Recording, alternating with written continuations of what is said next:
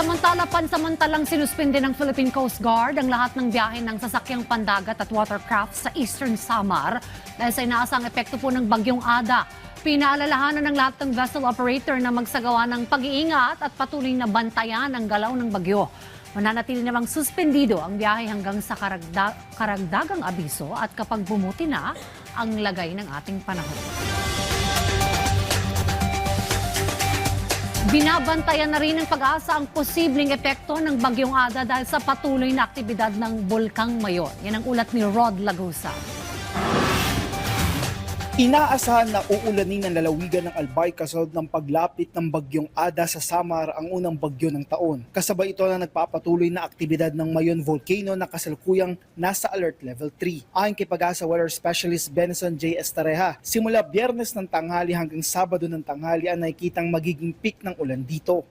Yung ine-expect natin na weather condition, cloudy throughout the day, tapos nakikita natin may pabugso-bugsong malalakas na mga pag-ulan.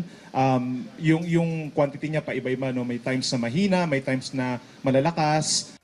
Ani Estareja, ang patuloy na pag-ulan ay posibleng magdulot ng pagbaha sa low-lying areas o mga mabababang lugar. Habang sa palibot ng Mayon ay may chance rin ng mudslide, landslide at lahar flow. Sa araw ng Linggo ay inaasahan naman ang mahina hanggang katamtaman na ulan sa Albay, habang kakaunting pag-ulan na lang pagdating ng Lunes. Sa kasalukuyan, hindi pa apektado ng bagyo ang lalawigan.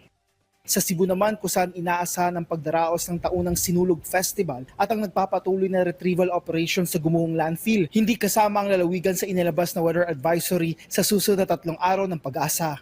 So wala pa or maliit lang yung chance na mag-i-exceed ng 50 millimeters yung dami ng ulan dun sa may Cebu. Except of course dun sa mga thunderstorm. Possible pa rin yan within the next 3 days. Pero hindi siya yung katulad nung mga pag-ulan na nanggagaling sa Bagyong Ada. Anyak, kalat-kalat na pag-ulan at thunderstorm ang mararanasan sa lugar. Paliwanag ng Pag-asa, bihira ang pagkakaroon ng bagyo sa buwan ng Enero. Tinitingnan na kasama sa posibleng rason nito ay ang pagkakaroon ng La Nina. Bagamat weak, but we expect the effects during the first quarter of this year. So inasahan natin na pangkaraniwan medyo maulan. Most areas of the country will experience above normal rainfall. No? Alam naman natin kapag La Nina, medyo mainit ang karagatan malapit dito sa atin.